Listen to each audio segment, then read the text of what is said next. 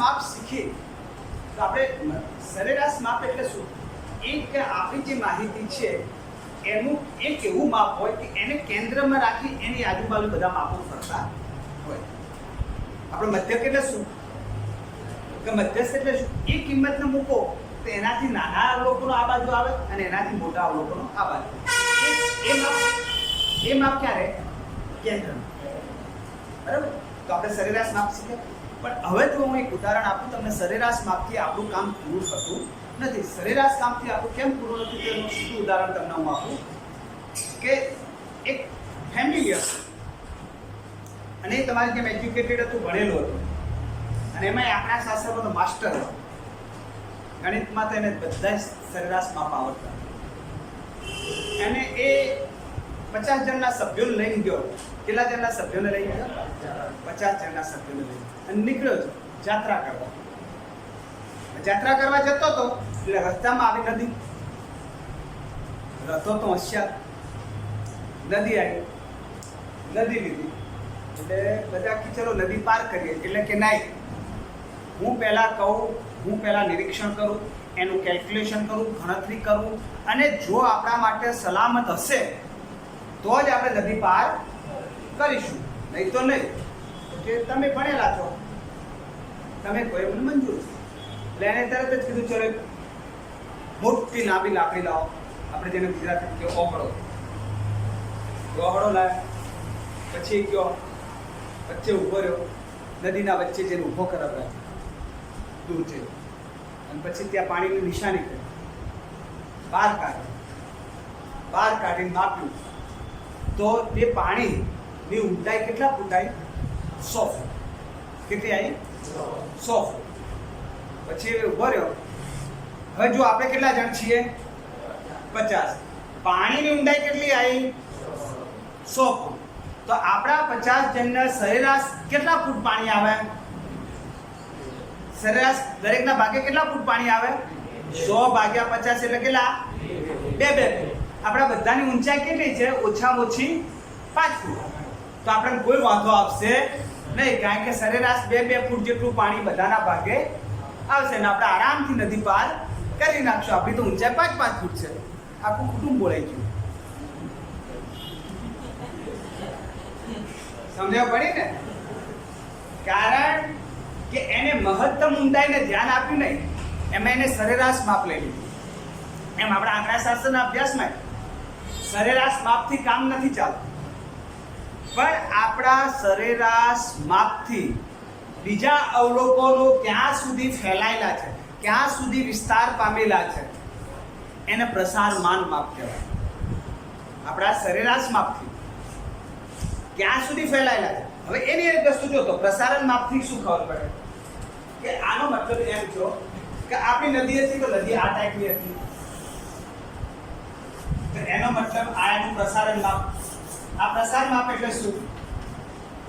તો એનો વિસ્તાર. આ શું થયું? જો વિસ્તાર આપણે જાણતા હોય, એનો વિસ્તાર છે ને આટલાથી આટલા સુધીનો, જો એનો વિસ્તાર આપણે જાણતા હોય અને વિસ્તાર સાથે સરખાયું હોય તો ડૂબી જાય. કારણ વિસ્તાર થઈ ગયો કેટલો? 100 ફૂટનો અને વ્યક્તિ કેટલા ફૂટનો? 5 ફૂટનો. આ તો સરેરાશ માપ લીધું તો પાણી કેટલા ફૂટ આવ્યું? 2 ફૂટ. અને વ્યક્તિ કેટલા ફૂટનો? 5. એટલે આ જે કહેવાય આને શું કહેવાય? વિસ્તાર. આને શું કહેવાય? વિસ્તાર. એનું મતલબ એમ કે દાખલા તરીકે તમે અહીંયા જુઓ છો કે આ ટાવર છે, ટેલિફોન. તો ટેલિફોનના ટાવરના આ રીતે વેવ્સ દોરેલા હોય, બરોબર? આટલા સુધી વેવ્સ દોરેલા છે. અહીં કોઈ મોબાઈલ લઈને ઊભો હોય છે, એમાં ટાવર આવશે નહીં આવે. તો તમે શું કહેશો? રેન્જ 5. શું કહેશો? રેન્જ 5. તો અહીં સરેરાશ માપથી તમને મતલબ છે કે એના વિસ્તારથી મતલબ છે? વિસ્તાર. એટલે એનો શું કહેવાય? પ્રસાર. એનું કેટલું પ્રસાર થયો છે, એનો કેટલો પ્રસાર થયો. તો પ્રસાર માપની અંદર વિસ્તાર. તો તમે એને શું કીધું? રેન્જ. અંગ્રેજીમાં એને શું કીધું? રેન્જ. ઓકે? રેન્જ એટલે શું? આર એટલે વિસ્તાર. ક્યાં સુધી આપણા અવલોકનો પથરાયેલા છે. હવે આનો જ છે પાણી તો એટલું જ છે, પણ આની આ નદી, આ સ્વરૂપમાં હોત તો નદી એની જ છે, પણ નદી આ સ્વરૂપમાં હોત તો પાણી એનું જ છે, પણ એનો વ્યાપ વધી ગયો, અવલોકનોનો વ્યાપ વધી ગયો, ઊંડાઈ ઘટી ગઈ. તો ઘટી શેના કારણે? એનો વ્યાપ વિસ્તાર વધવાના કારણે. તો વિસ્તાર આપણને ખબર હોવી જોઈએ. તો વિસ્તાર એ શું છે? પ્રસાર માપ છે. વિસ્તાર એ શું છે? પ્રસાર માપ છે. તો પહેલું આપણું પ્રસાર માપ કયું? વિસ્તાર. પહેલું આપણું પ્રસાર માપ કયું? વિસ્તાર. તો પહેલું વિસ્તાર આપણું પ્રસાર માપ. તો પ્રસાર માપ તમને શોધતા r આવડે છે. r તો r બરાબર તમે શું શીખી ગયા? આપણા અવલોકનો કેટલા પ્રમાણમાં વિસ્તરેલા છે તેના માટે તમે શું શીખ્યા? સૌથી હાઈએસ્ટ અવલોકન ઓછા લોએસ્ટ અવલોકનની કિંમત. તો તમને વિસ્તાર મળી ગયો. આ તમને આવડી ગયો r. હવે r તમને શોધતા આવડી ગયો તો તમે દરેક વસ્તુનો r શોધી શકો. અવર્ગીકૃત માહિતી છે તો શું કરશો તમે?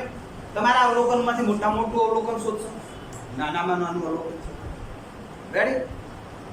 પછી કઈ માહિતી આવવા પડશે? વર્ગીકૃત. તો વર્ગીકૃતમાં શું કરશો? સૌથી નાનામાં નાનાની અધસીમા, સૌથી નાનામાં નાના વર્ગની એક લેશો, અને બીજું સૌથી મોટામાં મોટા વર્ગની ઉર્ધ્વસીમા ઓછા. તો એ તમને વિસ્તાર મળી ગયો. ત્રિકોણનો વિસ્તાર શોધ્યો તમે. સતત છે ને અથવા તો અસતત. બરાબર? અસતત હોય તો સૌથી નાનામાં નાનો વર્ગ અને સૌથી ત્યાં સીમા આવતી જ નથી. તો સૌથી મોટામાં મોટો વર્ગ અને સૌથી નાના વર્ગ, એ બેનો તફાવત એટલે તમારો શું બને? વિસ્તાર. તો અહીં તમે ત્રણ વસ્તુના વિસ્તાર શીખ્યા. વિસ્તાર એટલે રેન્જ r. બરોબર?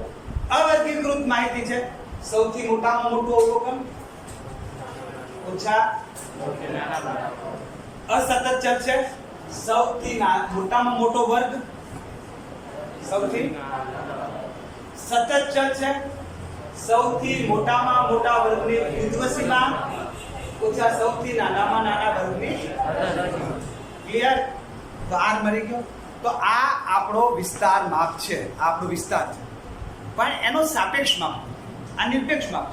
આની આપણે કોઈની સાથે સરખામણી કરી નથી, પણ જો કોઈ પણ વસ્તુને કોઈની સાથે સરખામણી કરવામાં આવે તો એને સાપેક્ષ માપ કહેવાય. એને શું કહેવાય? સાપેક્ષ માપ. અને સાપેક્ષ માપ હંમેશા એકમથી મુક્ત હોય, એને કોઈ એકમમાં આગે નહીં. ધારો કે અહીંયા હું તમને કહું કે વિદ્યાર્થીઓના વજનનો વિસ્તાર, તો શું થાય? તમારામાં એક બાળકનું 70 કિલો વજન છે અને ઓછામાં ઓછું વજન કેટલું છે? તો તમે શું કરશો? 30 કિલો સુધીનો વિસ્તાર. કઈ કિલો એકમ લાગે ને? તો આ નિરપેક્ષ માપ છે, ત્યાં એકમ લાગે. સાપેક્ષ માપમાં એકમ લાગે નહીં. તો આ એ વિસ્તાર, અને વિસ્તારના સાપેક્ષ માપનું નામ છે વિસ્તારાંક. વિસ્તારના સાપેક્ષ માપનું નામ શું? વિસ્તારાંક. તો વિસ્તારાંક એટલે તમે વિસ્તાર શોધી લીધો. રેડી? બરોબર? આ કોણ છે? આ ભાગ્યા આ શું કર્યો? તો નીચે શું કરવાને? બોલો. વિસ્તારાંક આવડી ગયો. તો તમને વિસ્તાર આવડી ગયો, વિસ્તારાંક આવડી ગયો. ઓકે. તો હવે જોઈશું ચતુર્થક વિચલન. કોને જોઈશું? ચતુર્થક વિચલન. રેડી? તો એ ચતુર્થક વિચલન એટલે શું? અહીંયા આપણે શું જોયું? મોટામાં મોટો અવલોકન અને નાનામાં નાના અવલોકન વચ્ચેનો વિસ્તાર. મોટામાં મોટા અવલોકન અને નાનામાં નાના અવલોકન વચ્ચેનો વિસ્તાર. તો ચતુર્થકની અંદર કયો વિસ્તાર શોધવાના? દરેક ચતુર્થક વચ્ચેનો વિસ્તાર. સમજ્યા પડે? દરેક ચતુર્થક વચ્ચેનો વિસ્તાર. તો હવે આપણે ચતુર્થક તમને ખબર છે 3 છે. Q1, Q2 અને Q3. તો આપણો વિસ્તાર આ બનશે. ચતુર્થક વચ્ચેનું અંતર. રેડી? તો અહીં હું આમાં મોટું કોણ હશે? Q1 કે Q3? તો Q3 માંથી હું કોને બાદ કરીશ? Q1. બરોબર? તો હવે આમાં શું થયું? કેટલા ટુકડા આયા? આપણે કેટલા ટુકડાની જરૂર છે? તો ચતુર્થક તો આને મારે કેટલા ભાગવા પડે? તો ચતુર્થક વિચલન એટલે ખબર પડી. ચતુર્થક વિચલન સમજણ પડી. Q3 ભાગ્યા રેડી સમજાય છે? તો આ નિરપેક્ષ માપ છે. આ કયું માપ છે? પણ હવે આનું કયું માપ શું આપણે? સાપેક્ષ. તો એને શું કહેવાય? ચતુર્થક વિચલન. એને શું કહેવાય છે? ચતુર્થક વિચલન. આ સમજાય છે તમને? બે કેમ ભાગ્યા એ પણ સમજાઈ ગયું ને? તો આ બધા અંતર આટલા હશે અને બે ભાગી નાખીએ તો આ ટોટલ પણ બે ટુકડા છે. એટલે એક ટુકડો આટલો અને આપણે જાણીએ છીએ કે દરેક ચતુર્થક એટલે માહિતીના સરખા 4 ભાગ પાડેલા છે. તો તમને ચતુર્થકનો વિસ્તાર મળી ગયો. હવે ચતુર્થક વિચલન પછી હવે આપણે શું આવીશું? ચતુર્થક વિચલન. કોની વાત કરી આપણે? ચતુર્થક વિચલન. તો તમે પેલામાં શું કર્યું હતું? r ભાગ્યા x h પ્લસ તો આમાં યાદ કરવાની પ્રક્રિયા. તો આપણે અહીંયા શું મળ્યું? Q3 minus Q1. આ તો આપણો આ કોણ છે? ચતુર્થક વિચલન. તો આના ભાગવાના છે નાથી. રેડી? ઉડી જાય? તો ચતુર્થક વિચલન એટલે શું? વિચલાંક એટલે શું?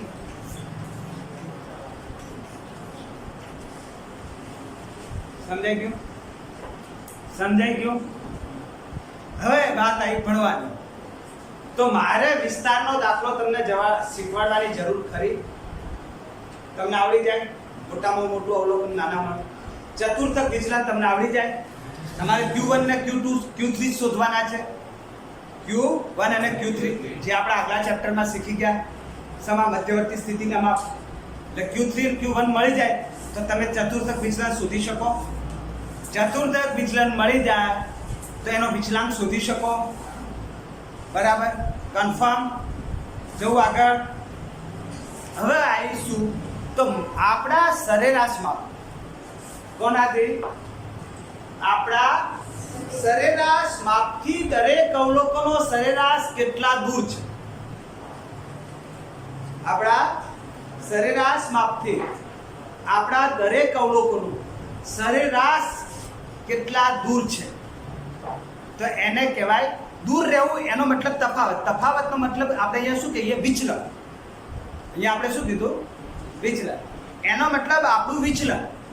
વિચલન એટલે શું? પોતાના કેન્દ્રથી બીજા પરિણામો કેટલા વિચલિત થયા છે, કેટલા દૂર થયા છે. તો એ આપણે સમજીએ. તો હવે મારી વાત આવી સરેરાશ વિચલન. તો સરેરાશ વિચલન એટલે આપણી પાસે નંબર ઓફ અવલોકનો હોય તો આપણે અહીંયા મૂકી દઈએ. આપણે 5 અવલોકનો લઈ લઈએ. આ 1 2 3 4 અને 5. આ કોણ છે? આપણા અવલોકન. હવે અહીં આપણે શીખવાનું છે શું? આ આપણા અવલોકનો આપણા મધ્યવર્તી માપ સરેરાશ માપ મધ્યકથી કેટલા દૂર છે? સમજાય હું બોલું? તો આપણે અહીંયા આ શું આયા? તો આપણો મધ્યક કેટલો?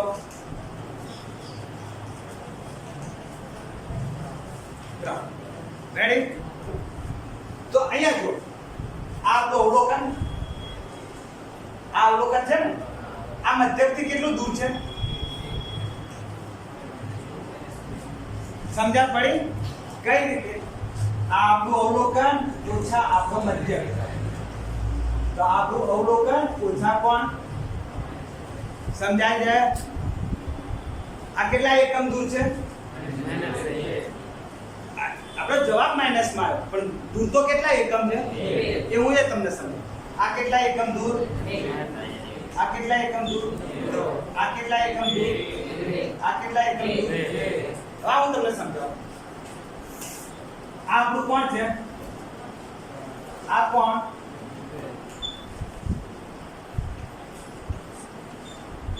રેડી? સમજાણ? તો આ 2 એકમ દૂર છે, આ અને આ 2 ને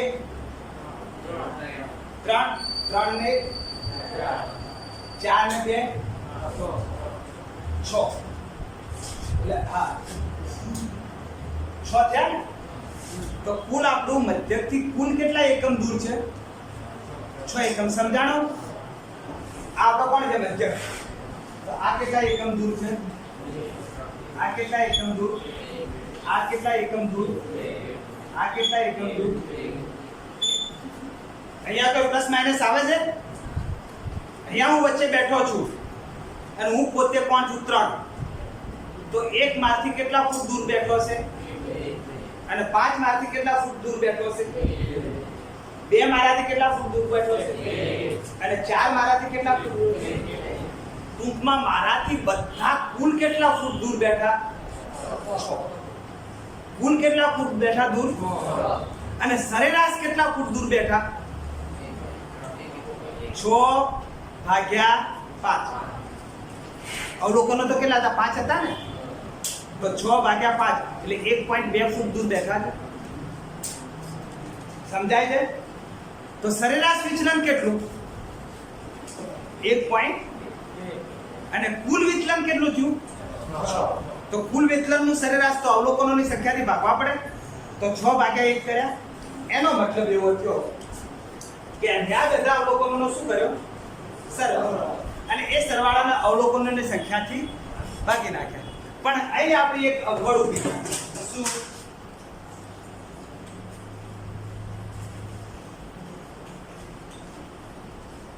જીરો થાય.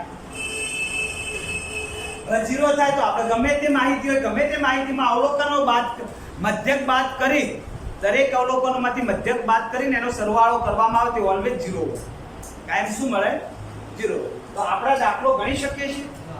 આ 1.2 લાયા એ આયા ખરા. તમે સમજી ગયા કે 1.2 છે, પણ આનાથી મળે છે ખરા? નથી. તો હવે જો આના અંદર કોણ નડે છે? -2 અને -1. તો -2 -1 આપણને નડતર છે. એને દૂર કરવા હોય તો તમે કઈ પદ્ધતિથી દૂર કરી શકો? માનાંકમાં લોપ થઈ રહે. તો હવે હું એ માનાંકમાં લખીશ. માનાંકમાં લખ્યા તો આ શું મળ્યા? આ કેટલા? આ બધાનો સરવાળો એટલે શું? સિગ્મા. સરવાળો એટલે શું? કોનો કરું છું? સમજાય છે? બરાબર. કેટલા મળ્યા? તો સરેરાશ વિચલન કોની વાત કરું છું હું? સરેરાશ વિચલન. તો સરેરાશ વિચલન બરાબર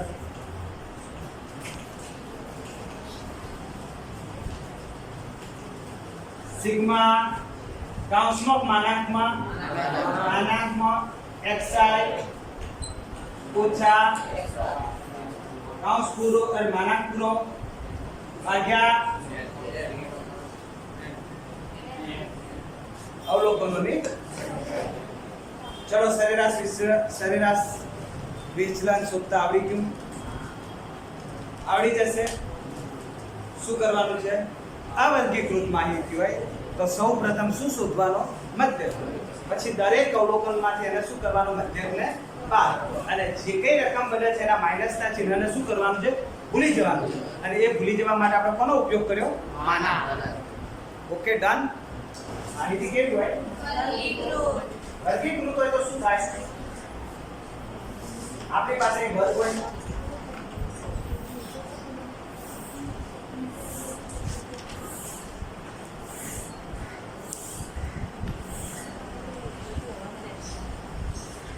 અને આઈ હોય શું? પહેલું તો આપણે શું શોધવાનું? વિચલન. વિચલન કોના? વિચલન એટલે શું? મધ્યકથી તમામ અવલોકનો સરેરાશ કેટલા દૂર છે? સરેરાશ વિચલન. તો પહેલા કોની જરૂર પડે? મધ્યક. મધ્યક ન હોય તો આપણે જવાબ મળે નહીં. તો આપણે અહીંયા મધ્યક આ રીતે શોધશું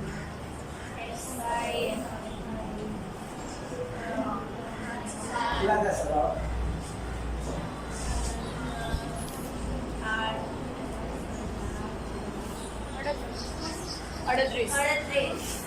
સિગ્મા fi into xi કેટલા થાય 38 x બાર બરાબર 38 ભાગ્યા 16 લોકોનો શું છે તો 38 ભાગ્યા 16 કેટલા પોઈન્ટ 2.375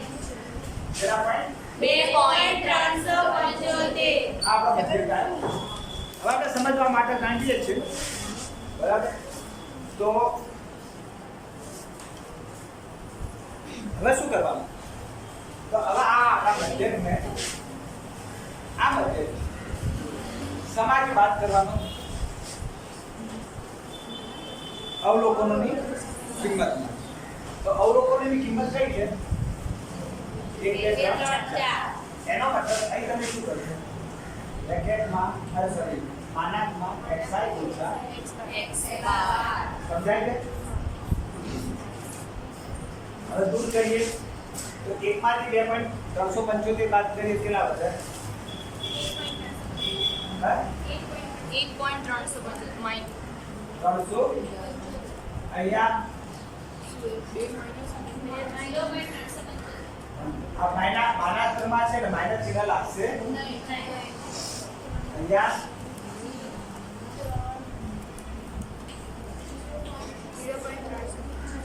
0.625 બરોબર લખ્યા ને અને અહીંયા સમજાય કે અહીંયા સમજાય કે આટલા સુધી હા તો અમે કર્યું છું આપણો મધ્યક શોધ્યો ને આપણે આગળ આ મધ્યક સમાથી વાત કર્યો તો 1 2 3 4 એ કોણ હતું અવલોકનોની કિંમત આ અવલોકનોની સંખ્યા છે પણ અવલોકનોની કિંમત કઈ છે 1 તો આ 1 છે 1 ઓછા મધ્યક કેટલો 2.375 જવાબ શું આવે 1.375 અવલોકનની કિંમત કેટલી 2 એમાંથી મધ્યક 2.375 0.375 આ કેટલા 3 minus 2.375 0.625 4 minus 2.375 આપણે મધ્યકને શું કર્યો દરેક અવલોકનમાંથી બાદ કર્યો માઈનસ આવતા હતા છતાંય પણ આપણે માઈનસ ચિહ્ન લખ્યું નથી કેમ આના સમજાય ગયું હવે આપણે આવૃત્તિને કોના સાથે ગુણતા હતા આ આવૃત્તિને કોના સાથે ગુણતા હતા અવલોકનની કિંમત સાથે ગુણતા તો આ આપણો અવલોકનનો ડિફરન્સ આવી ગયો તો આને આની સાથે ગુણીશું fi ગુણ્યા આ વસ્તુ તો જો fi ગુણ્યા x1 ઓછા xi ઓછા x1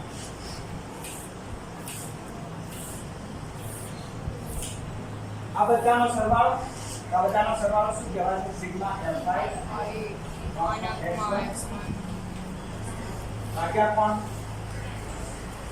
ભાગ્યા fi સિગ્મા fi અવલોકનોની સંખ્યા પડી સમજણ તો આ આપણા આ એક સરેરાશ વિચલન છે પણ આ કયું સરેરાશ વિચલન વર્ગીકૃત આ કયા પ્રકારની માહિતીથી વર્ગીકૃત અસતત સતત ચલો તો શું તો આ xi ની જગ્યાએ કોણ આવે મધ્યક અને આપણે બાદ મધ્યક કિંમતમાંથી મધ્યક બાદ અને બીજી બધી વિધિ એમને તો અહીં તમને બંને વસ્તુ આવડી ગઈ ત્રણ વસ્તુ આવડી એક સરેરાશ વિચલન એટલે અવર્ગીકૃત એટલે સિગ્મા xi ઓછા x બાર ભાગ્યા n વર્ગીકૃત તો sigma fi કાઉન્સમાં xi minus x બાર ભાગ્યા સિગ્મા fi અથવા તો n એક સિગ્મા રેડી અને સતત ચલો તો સિગ્મા fi આ xi બરાબર કોણ મધ્યક ઓછા મધ્યક ભાગ્યા તો ત્રણ વસ્તુના સૂત્ર તમને આવડી ગયા અવર્ગીકૃત માહિતીનું સૂત્ર વર્ગીકૃત માહિતીનું સૂત્ર અને સતત ચલ આવૃત્તિ વિતરણનું સૂત્ર ઓકે. હવે આપણે શું શીખશું? વિચરણનું શું? કોનું? વિચરણ. હવે વિચરણ અને આ બંને વસ્તુમાં તો વિચરણમાં શું છે કે સરેરાશ વિચરણ. વિચરણની અંદર શું છે? તો વિચરણની અંદર વિચરણ એટલે દૂર જ કહેવાય. વિચરણ એટલે શું છે? દૂર. બરાબર. આપણી મધ્યવર્તી કિંમતથી કેટલા દૂર છે. પણ એમાં આપણે રીત અલગ ઉપયોગ કરીશું. દાખલા તરીકે આ તમારે લખ્યા અવલોકન 1 2 3 4 5 સિગ્મા xi 15 x બાર બરાબર 15 ભાગ્યા 5 બરાબર કેટલા? આ બધાનું મધ્યકમાંથી બાદ કરો.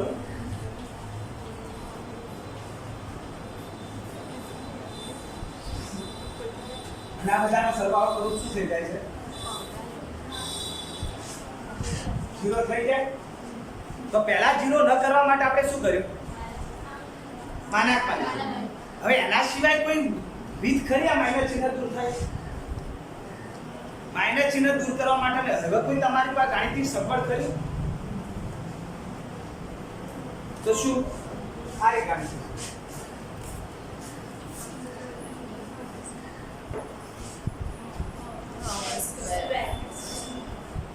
તો માઇનસ ચિહ્ન દૂર થઈ જાય. હા રેડી? તો આ કેટલા આવે? 4 આ બધું શું થશે?